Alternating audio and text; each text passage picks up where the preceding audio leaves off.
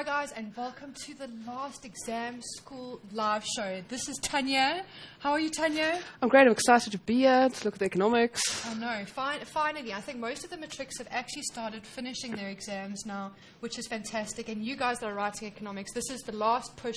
You can do it. Tune into the show, 319. Tell all of your friends, and let's make this exam the best exam possible, right? Great stuff. Okay, so what we're going to do is, Tanya, I'm going to send you over to the board while I do my little thing and tell them all about how to chat to us. Cool. See you then. See you now. Guys, I can't wait for the show with Tanya. We're going to have such an amazing time on economics. And what I need you to do is to send through questions that you may have, because this community is not just for us, it's for you guys too, to learn more and to learn extra. So it's very important that you post those questions on our page, and it is facebook.com/learn extra. You can also tweet us at learn extra, and let's get this live show going. Now, before I get started, guys, this is very, very important. If you saw the show the other day, we did this huge announcement after we unlocked level 12, and we revealed what was hiding underneath and what the bit.ly code pretty much led you to on the website. And what it led you to, this code, was the chance to enter to win a 10,000 Rand educational grant from Mindset Learn, as well as a PC training tablet to one lucky mindsetter in Matric. So go and have a look at that website address. I will be posting it onto the Facebook page now. Please, guys, because Matrics, you only have till 6 p.m. tonight to send those entries in, and we will be announcing the winner of that educational grant given to you by Mindset and a PC training tablet on tomorrow's show, which, if you were wondering, no, it's not an exam school show. This is completely something different. This is our birthday party where 21 lucky mindsetters are joining us here in studio for 2 hours of fun. That starts from 3 tomorrow, guys. And we want you to tune in, chat to us on Facebook and on Twitter. This is pretty much a party to say a big thank you to all of you guys for following us during the year, and to say well done to all of the matrics for getting through the finals. We are so, so proud of you. This is a journey that we have been following with you throughout this year, and we're very proud of you. So that's exactly what we'll be doing. So make sure you tune in tomorrow at 3. Okay, so I'm going to pass it over to Tanya. Let's get learning more. Let's get learning extra. Tanya, take it away. Okay, I'd like to jump right into it. Question 5. You've looked at the other questions. So we're going to be in section B. Question 5. Let's have a look at the first one. So you'll see question 5.1. It's choose the correct words from the words given in brackets. Now you'll see then 5.1.1. The inflation target is determined by government or market forces. With a question like this, you need to look at what do each of them mean. In this case, and I want to make this a nice easy one, it's government. Government will always set the target inflation rate. Market forces, on the other hand, they look at the effect of, that did something there. They look at the supply and demand within a free market. So obviously, looking at this question, we know that it could only be government. The next question, 5.1.2, the country that tourists visit is referred to as a destination or a tourist-generating country. In this case, you can sort of use the same idea as what I did above, try and reason through both of them. And in this case, it's also, again, nice and simple. The country that a tourist visits is referred to as the destination. Let's go to the next one. These are nice, easy questions, easy marks. 5.1.3, the destruction of coral reefs is causing either direct environmental stress or waste product generation. So the destruction, let's just look at this. Destruction of coral reefs is causing, and in this case, the answer would be direct environmental stress. And do yourself a favor, again, look at the other side, and when you're sitting in the exam and you're not sure, break them down, look at what both options are, and it'll give you a clear answer. And let's go to the last one, 5.1.4. Reusing goods that have served their original purpose is to refer to either as recycling or degradation. Again, think about what does degradation mean, what does recycling mean. And this, again, nice and easy, 2 marks, and it's recycling. Now, with these short questions, do yourself a favor, please look at both options and try and reason through it for yourself. I'd like to move on to the next one. So question 5.2, we will look at the following. So let's have a look. It is 5.2. List any 3 examples of ecotourism in South Africa. Ecotourism looks at what are natural heritage sites.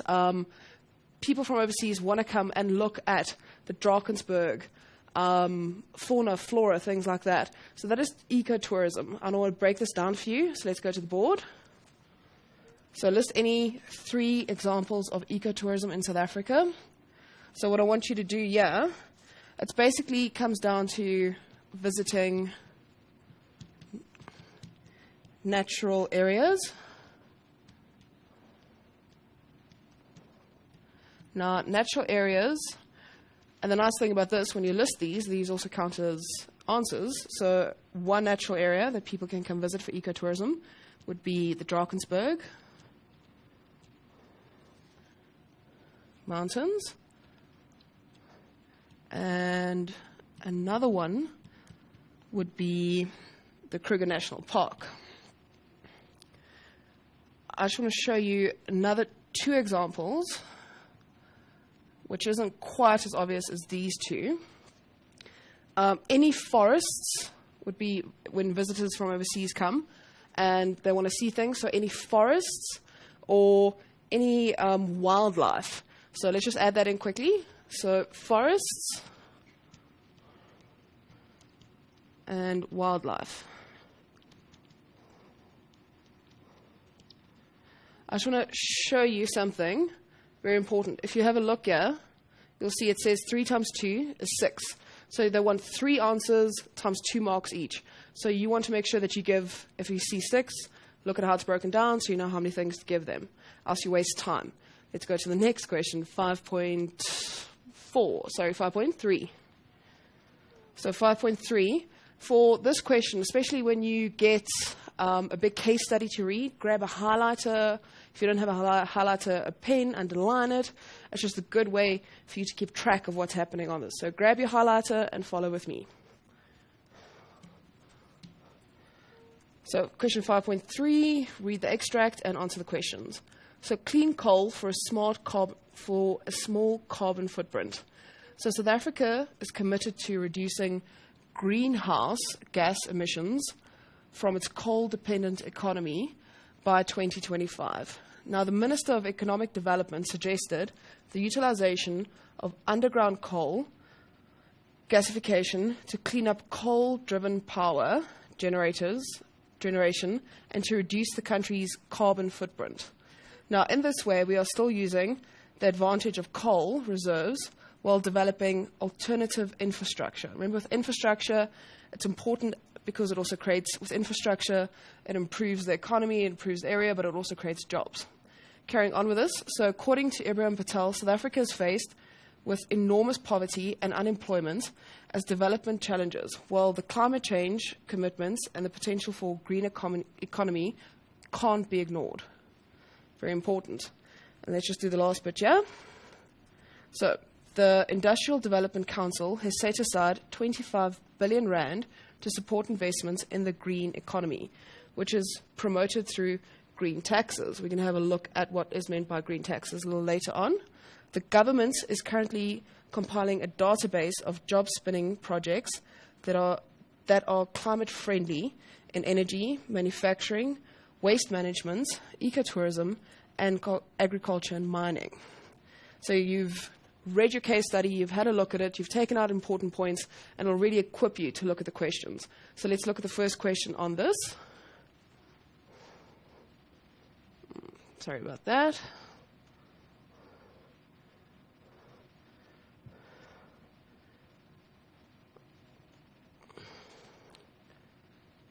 Okay, so the first question is 5.3.1. Give one example of renewable energy source.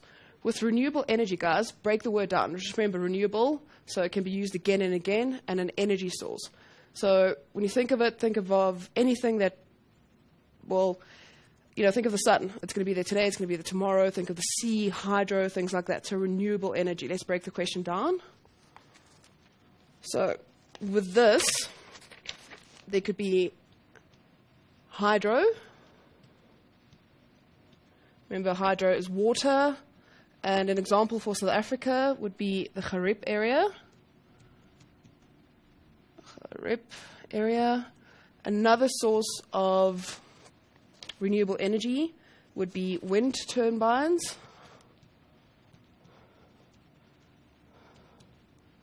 And they asked for 3, so let's do one more. Solar power.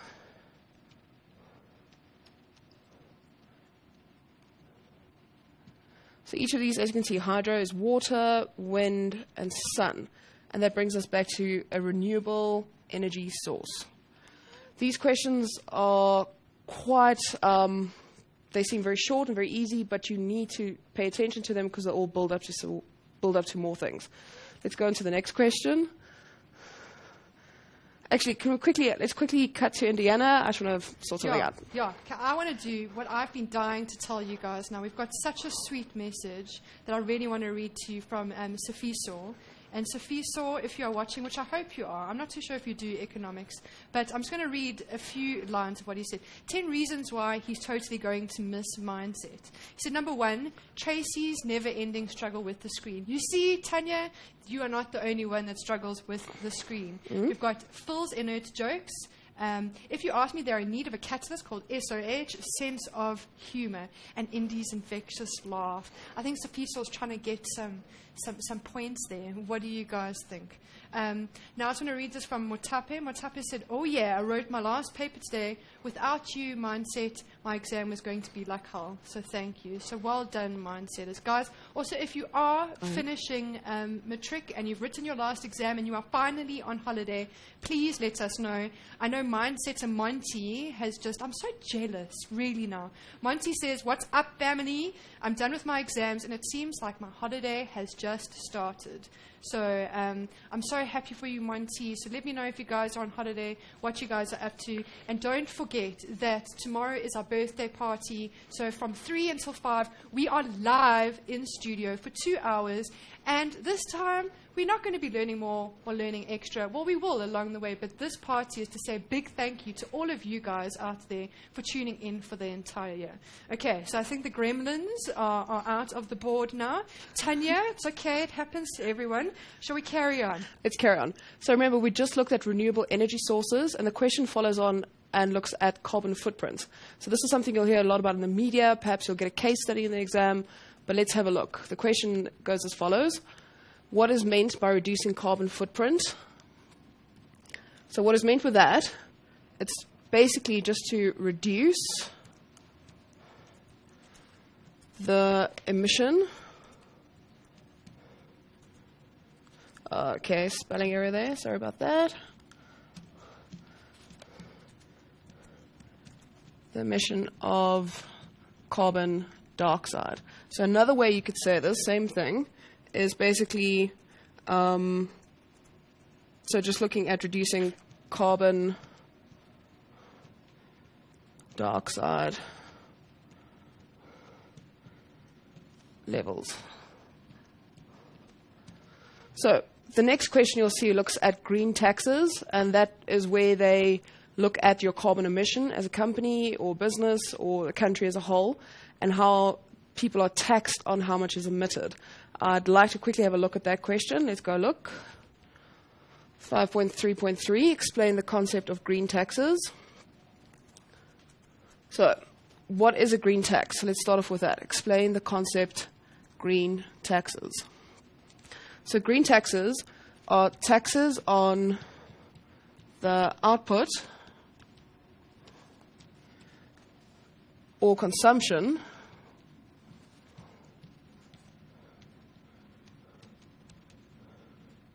which are charged for the adverse effects on the environment.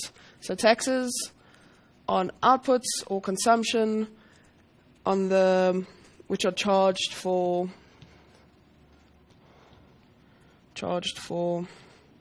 adverse effects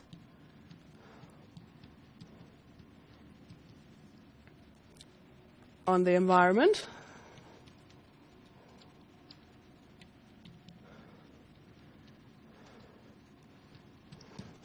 So let's quickly go to a break, and I'll finish up with this question as the second option. Okay, guys, so what we're going to do is we're going to take that little break. It is hot today. I heard on the weather that it is about 32, 34 degrees in Johannesburg. So I think it's very important to make sure that you guys keep hydrated.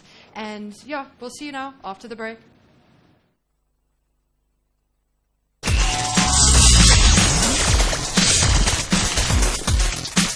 Hi guys, and welcome back to Mindset Learn. What a day this has been, and I'm having such fun with you guys for our last show. It's our last exam school show, which is kind of fun and exciting at the same time, because I'm sad because I'm going to be missing you guys, but I'm happy because you guys will be on holiday, and it will mean that your matric exams are done and dusted.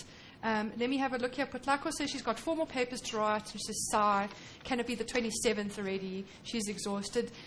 Keep strength. You're nearly there, Mindsetter. You are nearly there. CS is finished with my exams today. The show is a blessing because it really, truly has helped me do better in school. That is fantastic, Mindset, and it's exactly what we need to hear. So now, quickly before I hand over to Tanya, it's very important that I tell you this, guys. You've got until 6 p.m. tonight, matrics, to fill in the entry form to win a 10,000 Rand educational grant from Mindset Network, as well as a PC training tablet. So time is tight. You've only got until 6 p.m. I have posted the website address onto our Facebook page, which is facebook.com/learnextra. But if you've got your pens and papers out, I think it's very important that you take this down. It is a Mobi site, so you can visit it on your mobile phone. So what I want to quickly read to you is the actual Mobi, the address. Quickly, make sure your pen's out. Are you ready for it? Okay. So it's http:// that's those 2 little dots, / bity.ly.com / capital S F capital O N 2 V capital V. So now I'm going to repost it on the Facebook page and onto Twitter. Guys, please make sure you've only got 6 p.m. Let's see who can win this awesome 10,000 Rand bursary as well as a piece of training tablet. Okay, so keep the questions coming on the page. We'll ask them after the next break, but I'm going to give it straight back to Tanya. Tanya, take it away. Okay, so before the break, we were looking at green taxes, and I just want to explain a bit. Green taxes are the same as environmental taxes, and those are things on when you buy goods at the shop and you have to buy a plastic bag. That's a form of taxation, and tires, when you pay for fuel, things like that. So that is green taxes or environmental taxes. Let's carry on with the question. So remember, green taxes are taxes on outputs or the consumption of goods, and they're charged for the adverse effects on the environment. And like I was saying, I was explaining to you, another word for green taxes would be environmental taxes.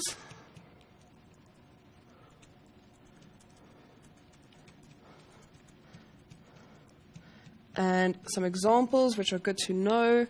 So an example would be, it's a levy, or it's levied on tires, and gas emissions, so factories emitting, producing and emitting different types of emissions. And the last one, like I said before, when you go to the shop and you want to buy something and they made you pay for it, the plastic bags.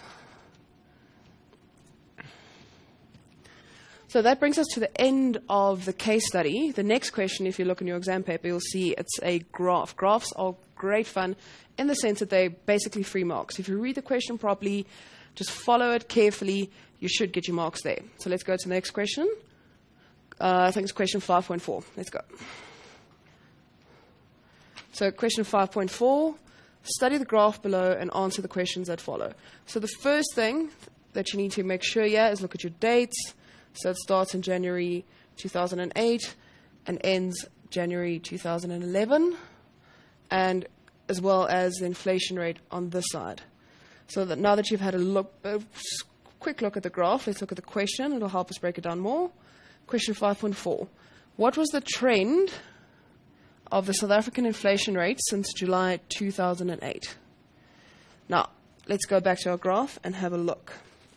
So let's first find 2008. So that's over here. So we can roughly have a look. That's over there. So what was the trend of South African inflation rate since 2008? You'll see there was a slight increase, but generally a decrease. So for question 5.4.1, what was the trend of the South African inflation rate? It was a decrease. Now remember, in words like decrease, increase, all the jargon involved with economics is very important, so make sure you use the right words. So what was the trend? It was a decrease, 2 marks. Let's look at the next question. What will the effect on the domestic what will the effect be on the domestic tourism if the inflation rate decreased? So this question looks at, we don't have to look at the graph so much, it's more of a logical question. So in this case, the domestic tourism will increase. Why? Because people will have more money. So let's quickly write this down, and this will make more sense right now. Let's look at the screen. Okay, so firstly, domestic tourism. Remember, the word domestic means local, guys. Local tourism will increase. Okay. Why would it increase? Due to the fact that there will be an increase in the buying power of the rand.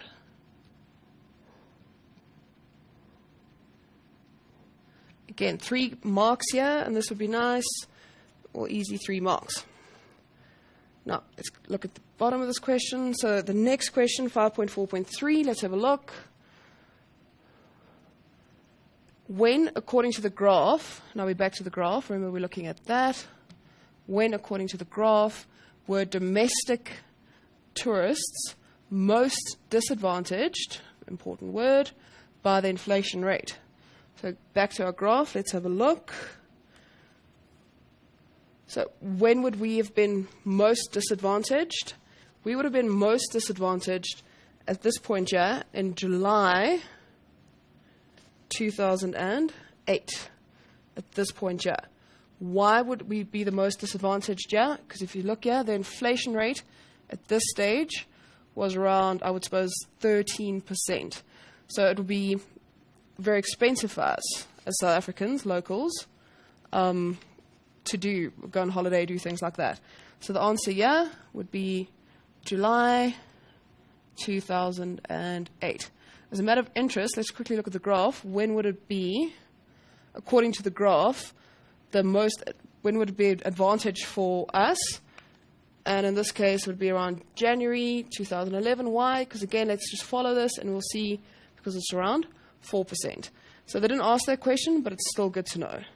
The next question, 5.4.4, does the January 2011 inflation rate comply with the inflation target of South Africa? Give a reason.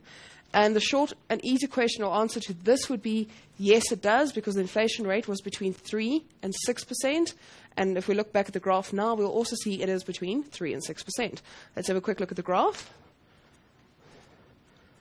So between 3 and 6%, which is basically where we were in January 2011. January 2011.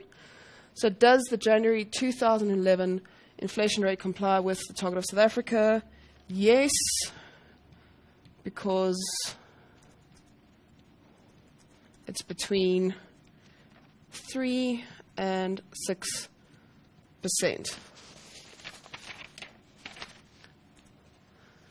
Now, the next question, question 5.5. Let's go to the board quickly. Before we go there, again, I just want to emphasize, look at your graph, look at the questions. They can ask anything, and it's easy, easy marks. So let's go. Question 5.5.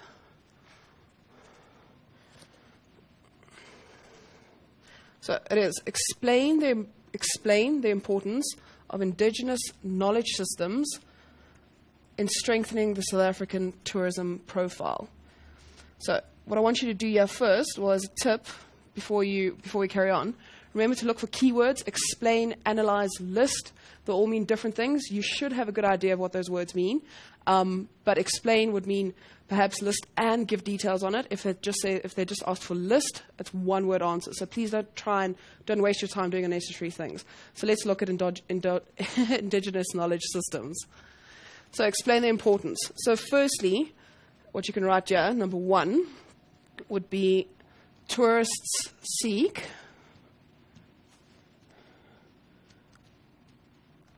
authentic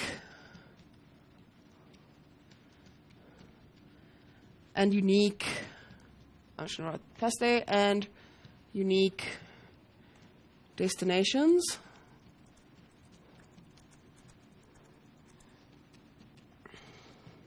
So an easy way to think about this, if you're an American or you live anywhere in Europe, South Africa would be a unique destination. Why? Because it's so different to where they are living. Let's look at the next one, number 2. Tourists also want to see how local people live and work. And let's do number 3 quickly, and then we'll explain it. Number 3. So the third one, they want to understand Indigenous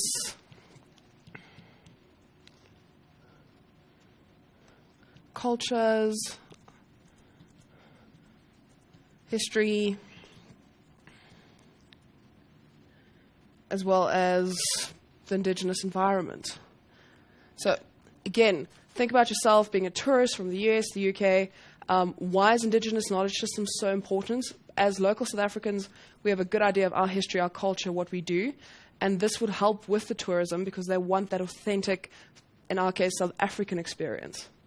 Good. So let's go to the next question. Question 5.6. So discuss any 2 benefits. So let's underline this again. Discuss any 2 benefits of tourism for households. Now, households, remember, would be us, the general consumers, households. So with this, we can look at 2 important things. It would be empowerment of women and as well as a general increase in income.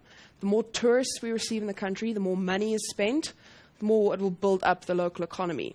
So let's quickly write these 2 down. So the first one we can put down. So the first one, so number 1 would be income. So with this income, it will be through job creation.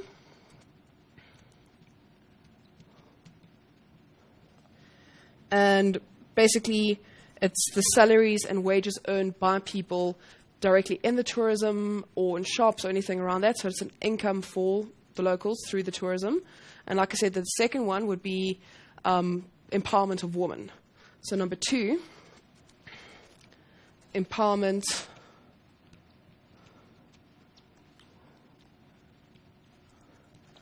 of women. Now, what's very important with the empowerment of women, a lot of the times these tourists go into rural areas, so it's empowerment of women in rural areas, as well as an injection of money into those rural areas to improve the area as a whole. Okay, good. Let's go to the next question. Question 6. So, question 6, give any 3 reasons for the growth in international tourism. Question 6 had a 6.1, which was choose the correct words in the brackets. We did that in the beginning, and remember what I told you there. Look at the 2 words, look at the sentence, what makes the most sense. If you're unsure, write down a definition for both of them, and you'll see the correct one will fit into it. So let's jump to question 6.2. So give 3 reasons for the growth in international tourism. And we're still sticking to tourism, so growth in international tourism. 1 would be people have more disposable income. Okay, let me quickly fix that up. There's a rec. Disposable income. So people just have more money to spend. Another reason could be a reduction in working hours.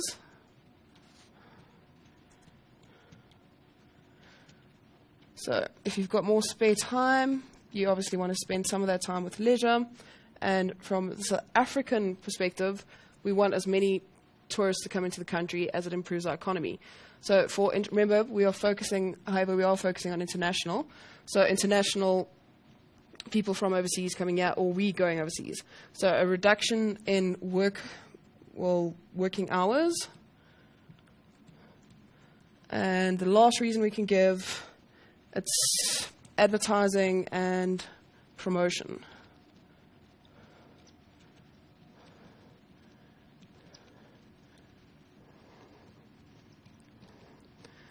And let's quickly jump through to Is it Indiana. time for a break already? It is. I can't believe it. Okay, guys, that's exactly what we're going to be doing. Kamogelo quickly has said, final exam school live show, sad, but really amped, honoured to be doing economics, so thank you. Kamogelo, no thank you.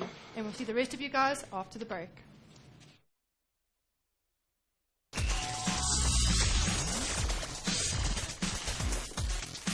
Hi guys, and welcome back. I hope that you're all enjoying the economics show and you're learning more, learning extra. Please keep those questions coming to facebook.com/learn extra.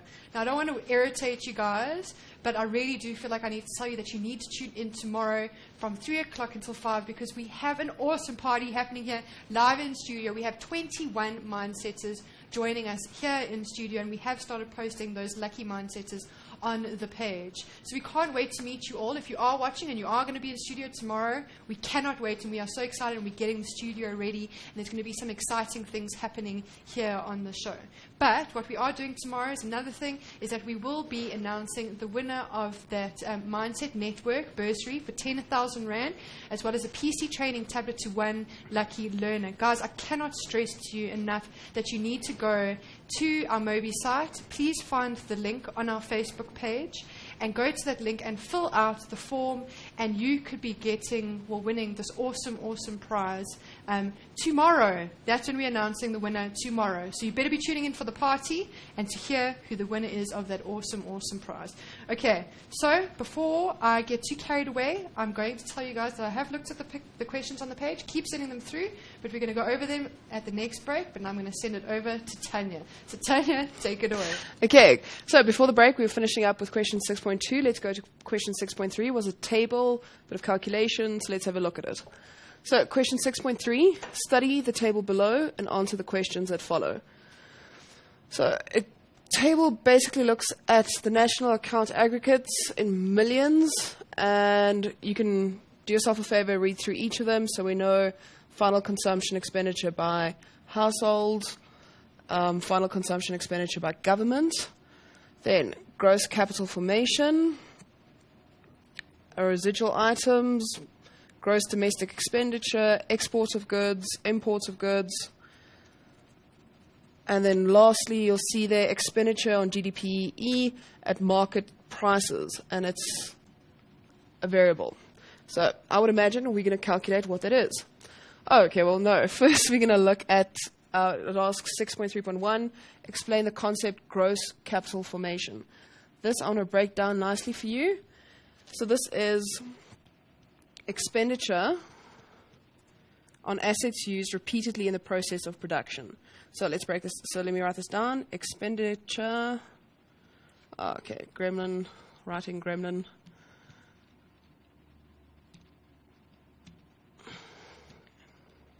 So it's the expenditure on assets used repeatedly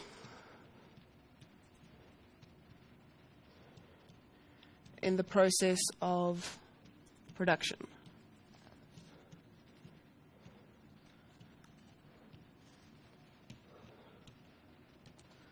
Or you could just, another way, an easier way of looking at this, you could also say, or another definition you could use, it's the increase in the stock of capital. So increase in the stock of capital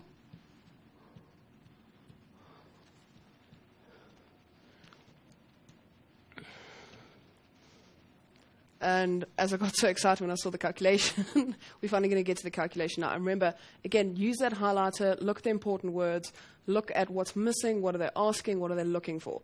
So let's go to 6.3.2. It asks, calculate the value of A. So what we did earlier, remember, we highlighted, we looked at important concepts. So you've done that already. Now we just need to get to the nitty-gritty. So to calculate the value of A, and the value of A, in this case, is they're asking us to calculate expenditure on GDPE at market prices. This can be done, or the easiest way to do this would be gross domestic expenditure, which, if we look, I actually want to do this a slightly different way, shorter way. Let's just use abbreviations here. So we are going to, first it's going to be GDE, which is gross domestic expenditure. And you'll see it's 2,428,316. So about just below 2.5 million. Next, we are going to add. So let's just move that a little bit. So we are going to add. So try plus exports. Why are we adding exports? Because it's coming into the country. It's an injection. So we'll see exports of goods and services. So exports. And in this case, it's 657,000. So plus the exports, 657,113. And you can imagine what we're going to do next with this. If we are adding the exports, we are going to be doing what with the imports? We will be minusing it, or taking it out. So imports over here. So we're going to subtract imports. And in this case, it's 677,740. I trust you all have your calculators in front of you, so this won't be a difficult thing. The answer will be 2,407,689. So again, just below 2.5 million rand.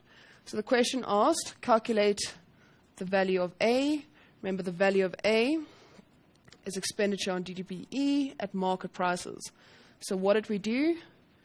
We took the gross domestic expenditure, we added exports, we subtracted imports, and that is what gave us A.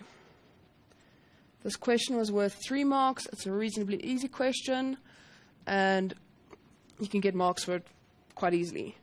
The next question is quite involved, so what I want to do is I'm going to write it out and then break it down step by step for you. So let's have a look at the next one. It's question 6.3.3.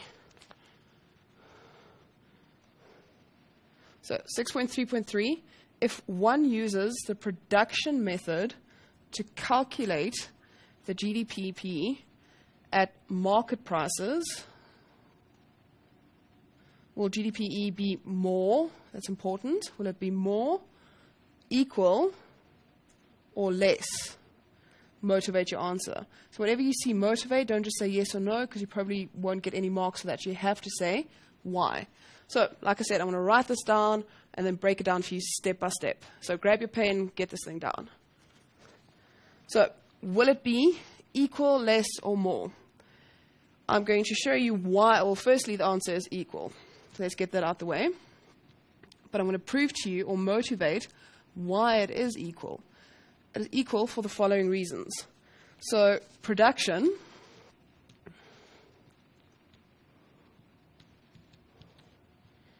which is GDP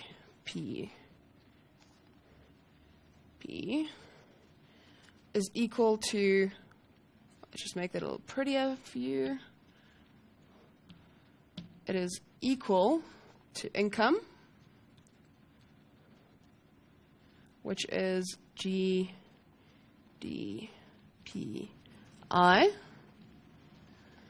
which is equal to expenditure,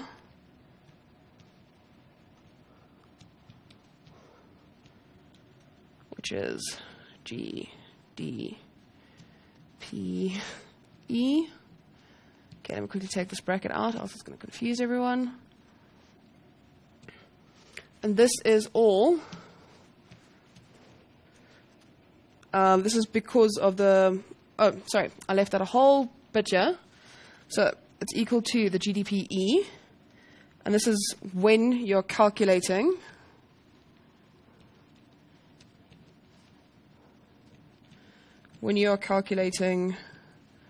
the GDP.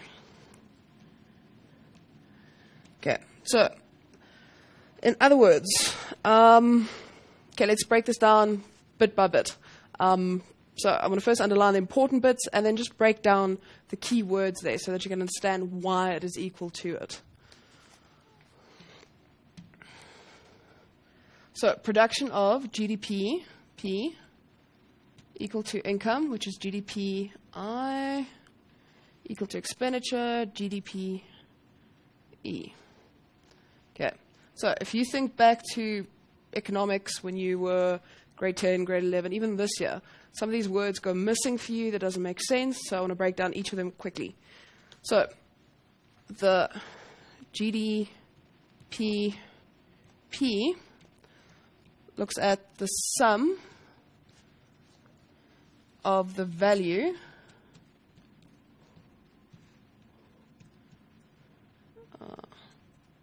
okay, not a good spelling day for me, sorry about that. Sum of the value, so it's the sum of the value added by each industry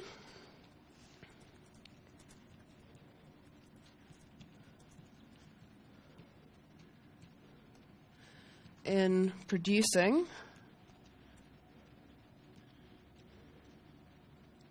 or by production in the year's output.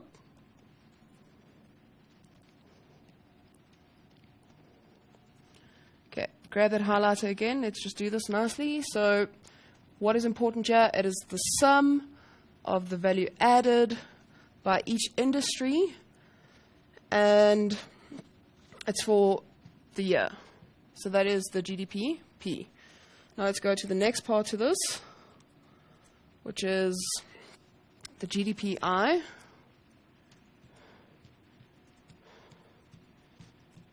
This is the sum of the incomes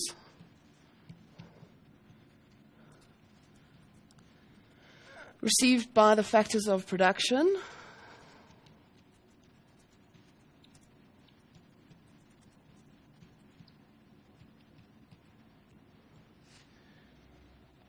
from producing, again, from production for the year. Okay, again, let's underline. So it's the sum of the incomes received by the factors of factors of production for the year. And then the last one I don't want to do with you is the GDPE. So GDPE. It is the sum of the expenditure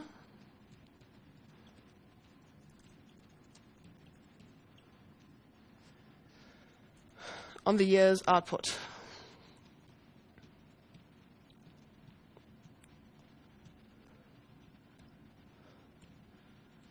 Okay, again, underline. So it's the sum of the expenditure. So, nice way to remember this: expenditure, income, and value added. Yeah, so easy, nice ways to remember this. I hope this helped you with question 6.3.3. So I want to quickly try and squeeze in one more question, and then we'll go to a break. So let's go to the next one. Let's look at the cartoon. What we'll do is let's look at the cartoon, break the cartoon down, go for the break, and then we'll look at the question. So let's go to the cartoon in question 6.4. So the cartoon, let's break it down. So study the cartoon and answer the questions that follow. Even in a cartoon, it's a good idea to take your highlighter, highlight things that stand out, because it'll help you to answer the question.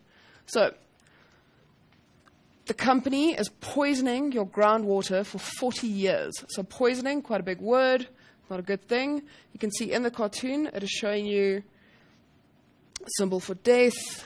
The area is obviously an industrialized area. And this is the groundwater where these people have been drinking from. And you can clearly see here from this bucket, this is where they get water from, and this is the factory that is causing the poisoning. So when we get back from the break, we will look at the cartoon. Okay, Diana. so that's exactly what we're going to do. As well as looking at the cartoon, we will be going over some of your questions that you have posted onto the page. Obviously, we can't go through everything, but what we're going to do is Tanya is going to show us and go through what she thinks is really, really important for you guys to know. So get those questions on the page. It's facebook.com/learnextra, and we'll see you guys after the break.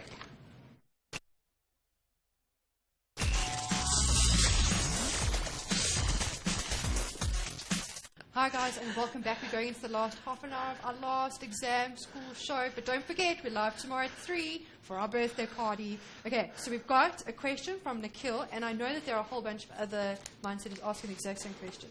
Okay, Tanya, if we're ready to answer this, he asks, please, can you go over some possible essay questions for the economics paper tomorrow? Thanks. And Tanya has an answer, right? I do have a pretty straightforward answer. Please, guys, whatever you do, don't spot. When you look at it, or you're trying to figure out, okay, what are possible essays, that's really spotting, guys. And spotting can only lead to heartbreak and really, really terrible things. So don't spot. Study what you can, or study as much as you can, firstly, and, just prepare yourself the best way you can for any possible essay. Any other questions? We do. Just give me 1 second. Okay, so now this question is, I think this is the right one. Please, can you discuss the cause and consequences of cost-push inflation? Yes, what we can do is, can I write it on the board? Yes, for that? Yes, okay. So while you write on the board, I can give it a bit of a chat to the mindsetters, or what I think we should do is we should go over the question that we already have planned. It's up to you, Tanya. You talk to them a bit. I'm going to do the question on the board. So while Tanya is getting the question ready for you guys, I just want to say thank you guys for always tuning in to Facebook and into Twitter and following us for this entire year. And I really want to just, Morsa, because Morsa's been with us the entire year, and she said, yeah, I finished with my exams. So I just want to say a big thank you to Mindset Learn for all the lessons, notes, and explanations you gave us, guys. They really helped a lot. Thank you, thank you, thank you. And what we want to say is thank you guys for tuning in and learning more and learning extra with us. We really have appreciated it. And that's at the end of the day, this community is not for us. It's all of you guys that have helped us build this amazing social network, Facebook and Twitter, where learners help each other out. They teach each other, which is incredible. Okay, Touch says, thanks for the help, Mindset. I'm now geared up for tomorrow's economics exam, which is really, really, really awesome. So let's have a look here. Last thing before Tanya is nearly finished. Revi says, which is, I think it's one of my best comments for the day. Revi Governor says, if Mindset Learn was a school, I'd fail on purpose, just to stay in. But then again, failing with Mindset is impossible. Damn straight. Thanks for all the help. You guys rock and should be awarded by the Department of Education for the excellent work you do. That would be nice. On behalf of myself and the rest of the Mindset Matric learners, a very big thank you to Mindset Learn. So guys, thank you so much for joining us this year to learn more and to learn extra. And Matrics, if you are done, let us know. And don't forget, tune in tomorrow at 3 o'clock for our birthday party. It's 2 hours, 21 Mindsetters, and it's going to be completely different to any live show that you have seen. Obviously, it's not exam school, it's not spring school, it's not winter school. It's 2 hours of a party with some of our top mindsetters, and we cannot wait. Okay, so Tanya's ready with the question. Let's take it away. Okay, so the question Indiana posed to me was, or you posed to me really, was the cost push inflation issue. So what I've done is I've written it down. I'm going to read through it, highlight the important bits, and then I think we can carry on with the cartoon that we started with. So grab your pen, let's get this down. So the cost push inflation is basically, it's a type of inflation caused by a substantial increase in the cost of important goods and services. This is just a little abbreviation, goods and services, where no substantial alternative is available. So grab that highlighter. Let's quickly underline this. So it's a type of inflation caused by a substantial increase, so a very big increase, is another word for substantial, in the cost of important goods and services, so vital goods and services, for example, where no suitable alternative is available. So where basically there's nothing else that you can use instead of that. So that would cause the cost push inflation. I hope that helps those of you out there. Now let's go back to the question of the cartoon. Let's quickly flip back, find your cartoon, remember highlighter and pen. Quickly find that. Yes, this is the one. As you can see, I already drew over it very, very nicely. So just to remind you, highlight, even if it is a cartoon, highlight it, draw out important things, it will help you. So question 6.4.1, define the concept of pollution. This is a nice question. It doesn't necessarily have to be very economically based, but obviously because this is economics, try and stick to or make it relevant to economics. So let's quickly write down at least one definition of pollution. So define the concept of pollution. So the one I thought would be nice and easy for you. It is pollution occurs when people introduce, I'm going to abbreviate this for you, occurs when people introduce waste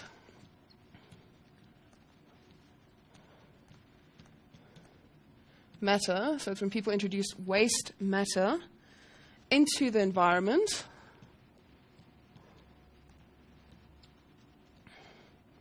and this could be either directly or indirectly.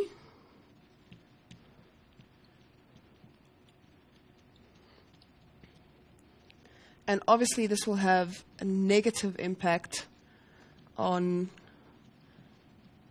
humans. But furthermore, seeing that we're not the only people who live on the planet, it will have a negative influence or impact on humans, animals,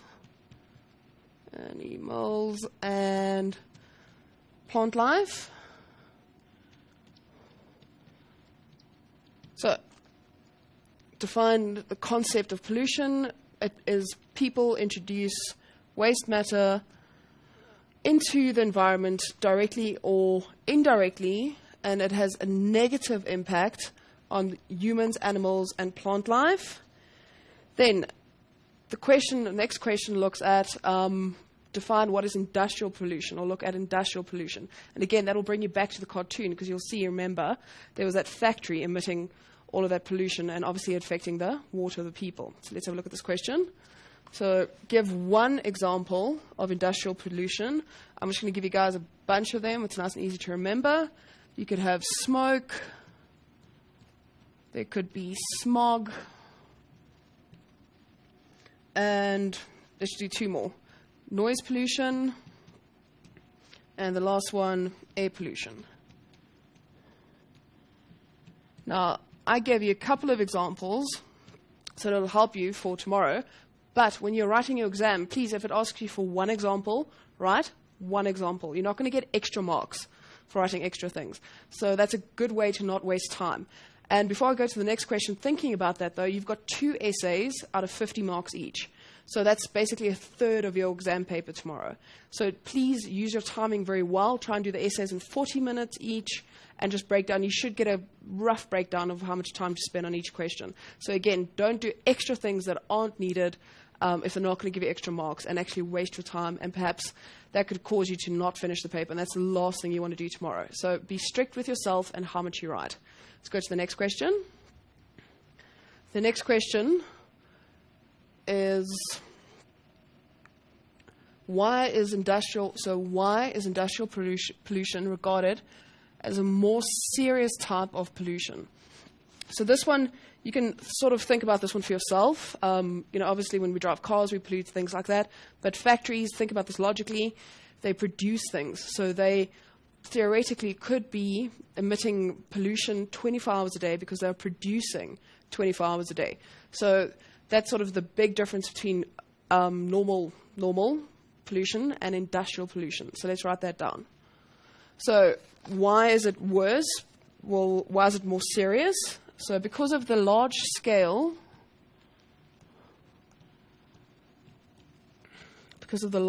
production, it leads to continuous, and this is very important, continuous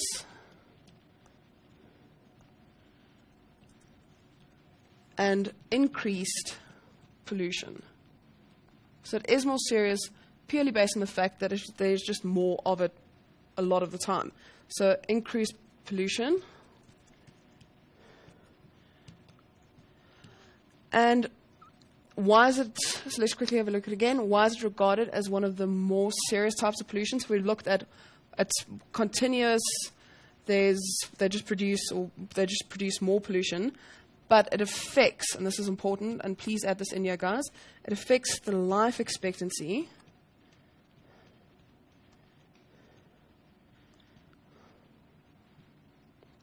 of animals, humans, and plants. And life expectancy, while I'm busy here, is basically just how long you should be living and how long you end up living. So the last part here would be plants. So I hope that helps out with why is it a more serious type of pollution. The next question sort of looks at cause and effect. So we've looked at what is pollution, why do industries or why do big corporate businesses produce more, not corporate business, why do big industrial businesses produce more pollution, how it affects us. The next question looks at how can we prevent or even make this a better situation on pollution in our country. So let's have a look. What measure, in your opinion, can be put in place to overcome the hazardous effects of poisonous groundwater? So I just quickly want to pop back to the original idea here, guys. Remember the cartoon showed us the factory.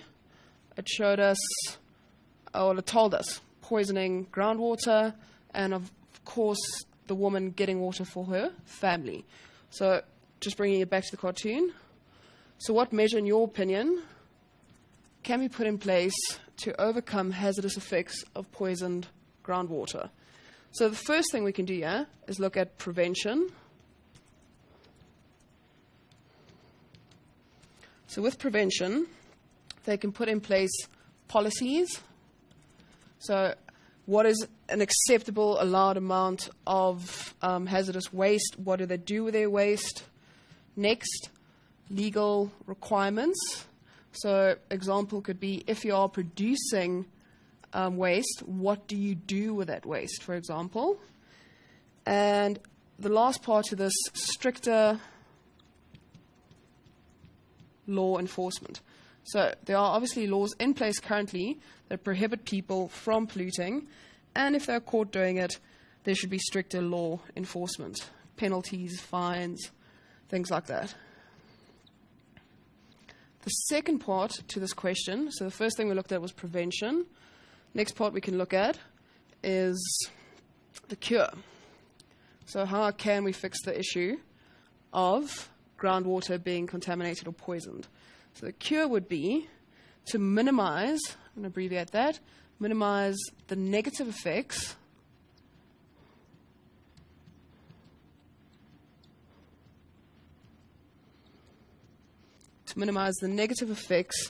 of the polluted groundwater.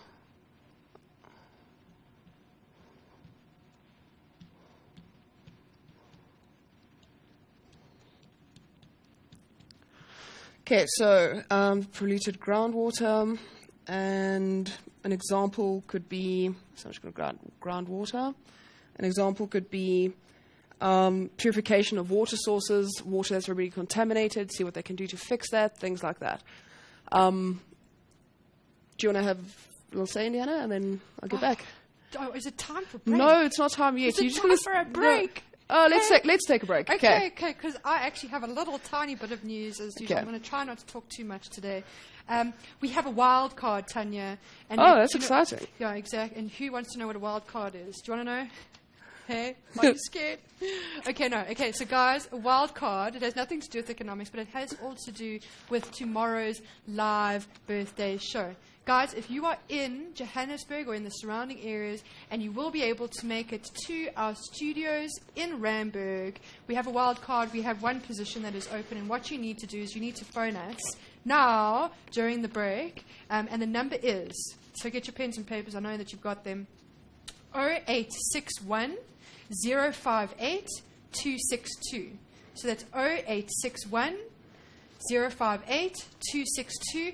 Phone us now, and you could be joining us in studio tomorrow for our birthday party with 21 Mindsetters. See you guys after the break.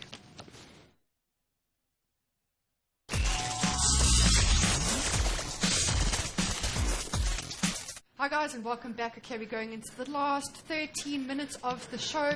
We're going to try and go through all of the questions that we think are important for you guys to know for tomorrow. So now, if you saw before the break, we've got a wild card. I've just posted onto our Facebook page what you need to do if you're in Johannesburg and the surrounding areas. Give us a call right now. So now you pick up your phone and you give us a call on 0861 058 262, and what could be happening is that you could be joining us tomorrow at 3 o'clock. We will be doing a live show for our Mindset Learn birthday party. But also, somebody said to me on the page earlier, and I really liked it, it was Pens Down Party. That's exactly what it is. It's a Pens Down Party. It's a party for us to say thank you to you guys for joining in this entire year, learning more and learning extra. We really are proud to be a part of your journey in Matric through 2012, and we cannot wait for you guys to get your exam results. So I hope that those phones are ringing. I'm going to check with John on my chat and see if anyone has phoned in yet. I do have Selo saying, what is the website for the competition? Guys, that is something that is very important. Please make sure that you do enter our competition. It is closing tonight at 6 p.m. sharp. So what I'm going to do is I'm going to give you the URL, the Mindset Learn. So it's www.mindset.co.za/learn/extra/exam school /level up /final level. But I am going to post it onto Facebook right now. Okay, so Tanya's got some work ready for you. Get those fingers calling. Let's see who will be joining us tomorrow for our birthday party. Tanya, take it away. Cool stuff. So don't phone in now. Wait for a little break. Okay, get the information first before you phone in. So what I've done is I cheated a little bit while Indiana was busy. I did some writing for us. So for this question, I've done ahead of time, but please grab your pens, write down, and we can also, again, be doing some highlighting. So let's have a look at the question. Question 6.5. Discuss any 2 reasons for public sector failure. So I want to just quickly show you guys this. Have a look at the mark allocation. It's 2 times 4 gives you 8. So this question is telling you, so obviously, you need to give 2 reasons, but it's going to be counting out of 4 for each of them. So just to show you, you'll get 2 marks for giving the explanation, or 2 marks for the reason, and 2 marks for explaining it. And that'll bring you up to that 8. Really, please do yourself a favor. Always look at the mark allocation, look at the breakdown. And again, I'm emphasizing, make sure you use your time wisely. So let's have a look at this question. So the 2 reasons. First reason could be that managements fail, or the behavior of politicians in general. So remember, we're looking at public sector failure. So the reason for this is management or behavior of politicians would be they promote policies and they continue to spend money on projects as long as they can get their votes in return. So what they're saying with this is one reason for the public, let me leave that up for you. One reason for the public sector failure would be management or politicians spending money frivolously, doing what they need to do to get your vote, but not necessarily using the money in such a way to help what it was intended for. So let's go to the next part. Another reason for the failure would be apathy. And you'll see here with apathy, number 2, successful public production relies on long-term accountability. So for the public sector not to fail, people need to be accountable for everything they do in the long term. So successful public production relies on long-term accountability. Everybody needs to be accountable for what they do, what they spend, all of those things. I'd like to do one more question and then briefly touch on one essay. So I'm going to squeeze in quite a lot of work quite fast. So let's go to the next question. Question 6.6. Discuss the effect of tourism on gross domestic product and employment. Very nice question. So we've broken the question down. Let's have a look at it. So firstly, on the gross domestic product, what is the effect? The first effect, or the impact, would be, so there would be an impact on the service industries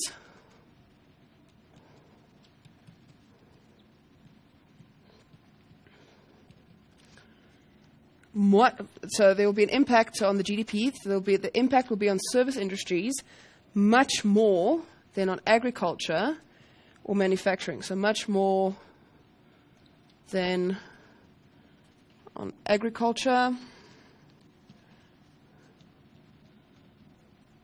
and on manufacturing.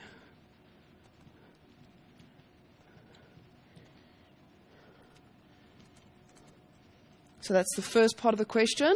So discuss the effect of tourism on gross domestic product. So the impact would be on service industries. Remember, service industries, restaurants, places of interest, so anywhere where you're going to be working with people, it will have a much higher impact than agriculture, remember farming, things like that, than on manufacturing. So tourism will mainly affect service industries. The next part to this question, how will it affect employment? So let's break this down. So with employment, you can also think about this logically, grade 12s. If it affects the service industries more than agriculture and mining, it'll probably be creating jobs in the service industry for individuals in South Africa. But let's look at the formal thing, yeah. So with employment, what they will be doing, tourism is labor intensive.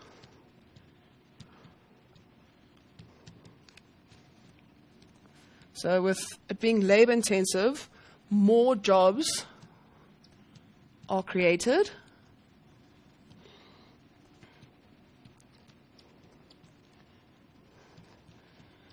Which is obviously very good in the South African context, with every unit of capital invested in tourism anywhere else. So in tourism, because tourism is labor intensive, more jobs are created. And another good thing or important thing I'd like you to add in there, tourism also provides entrepreneurial opportunities. I'm going to abbreviate that. Entrepreneurial opportunities.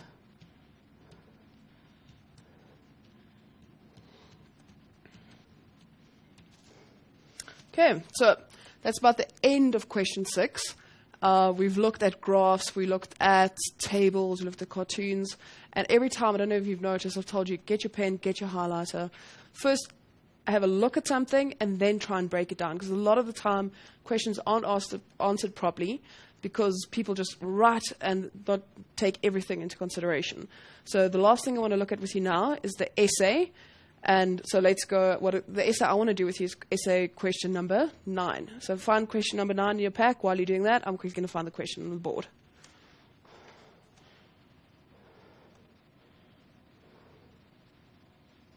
Okay, guys, I've been having a look at the page here, and it looks like you guys are all enjoying the show. Please keep those questions coming. If we don't get to them, please help each other out. So if there's a question on the page that you understand the answer of, please help other mindsetters out, because what we try and do is, this is a community of mindsetters helping other mindsetters. Okay.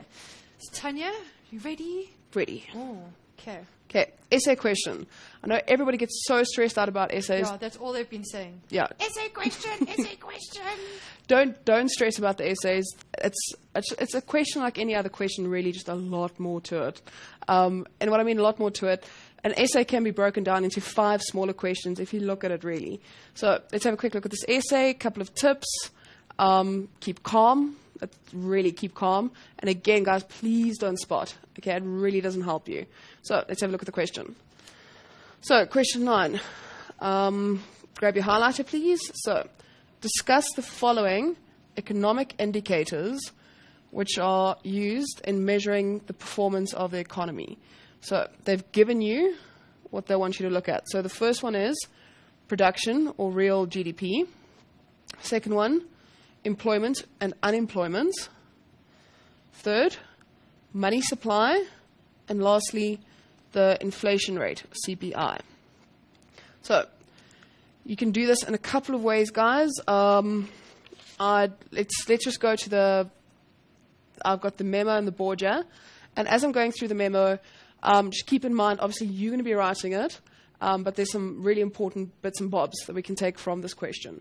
So remember, one thing I do want to tell you is that there's been some questions. Please always make sure that you write in a full sentence. When you write one word, it means nothing. It's lost in context. So you can have a beautiful essay, and if you didn't write full sentences, it doesn't help anyone, guys. So remember, full sentences, remember your structure, take your time, do some planning. I like to do planning before I do an essay. So you even try and do some planning as we go. So again, let's have a look at the memo. So your introduction. Have a look at the introduction. Yeah, guys, maximum 3 marks. So these are 3 free marks, essentially, for writing a paragraph.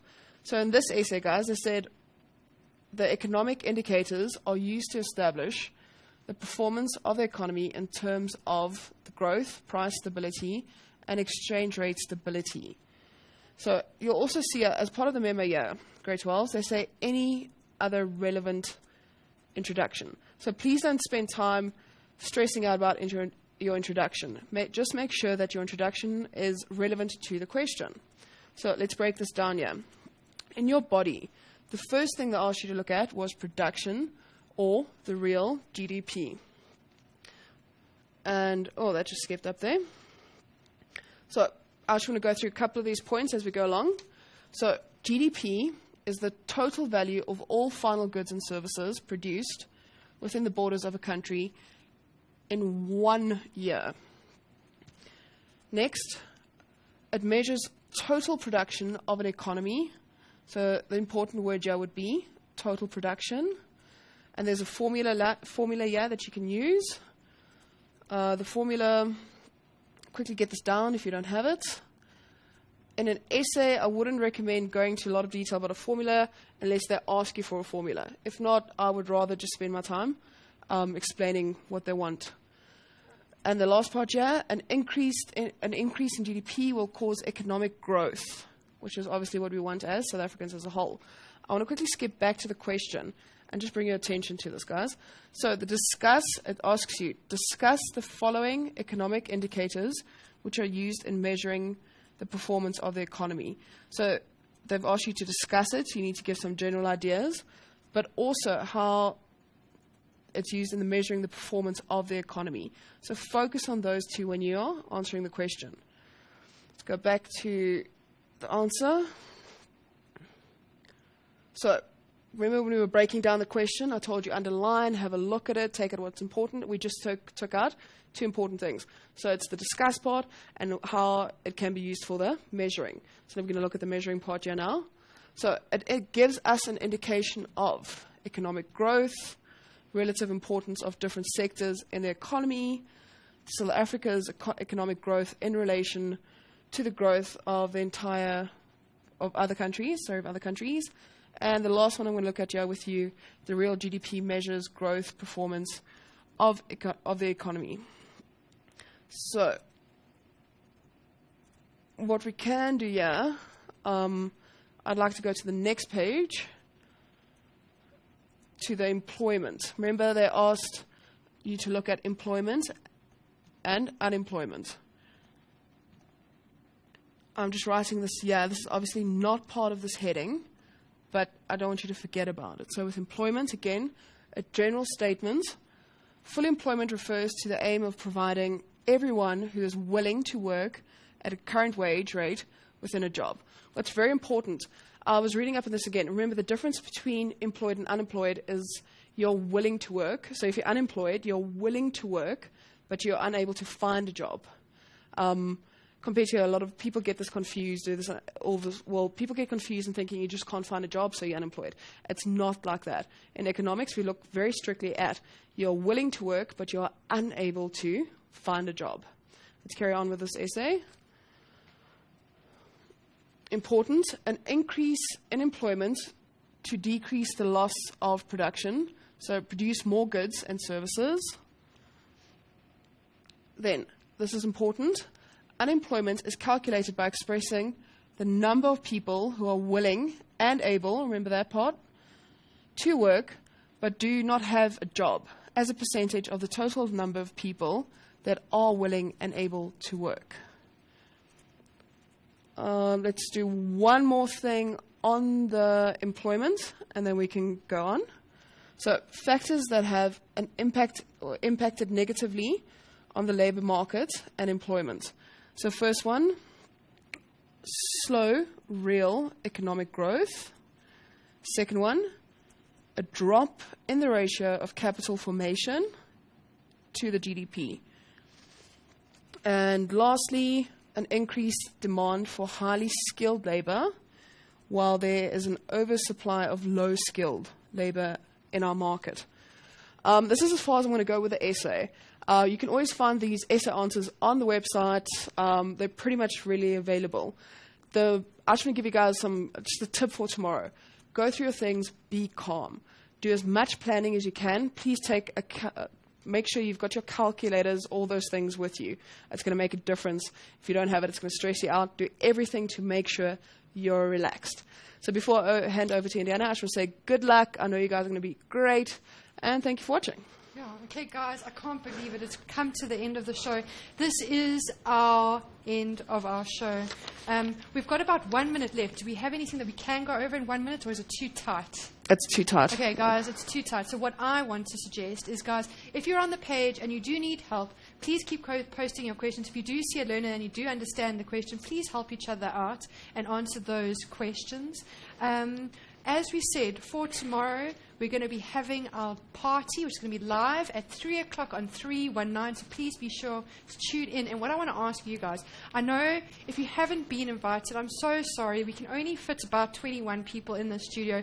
26,498 people are just not going to fit in this tiny room. So what I want you to ask, what I'm asking you to do is please post onto the page and send us a message. We'll be reading all of your messages on Facebook and on Twitter tomorrow. So all of you guys, the Kashifas, the Steffies, and all of you guys, the 21, we'll be seeing you tomorrow at 3. So thank you so much. Don't forget to enter that competition. Check on our Facebook page, facebook.com/Learn Extra. Please, the competition closes tonight at 6 p.m. We'll be announcing tomorrow during the show. Thank you guys for a lovely year. Have a fantastic evening, and goodbye.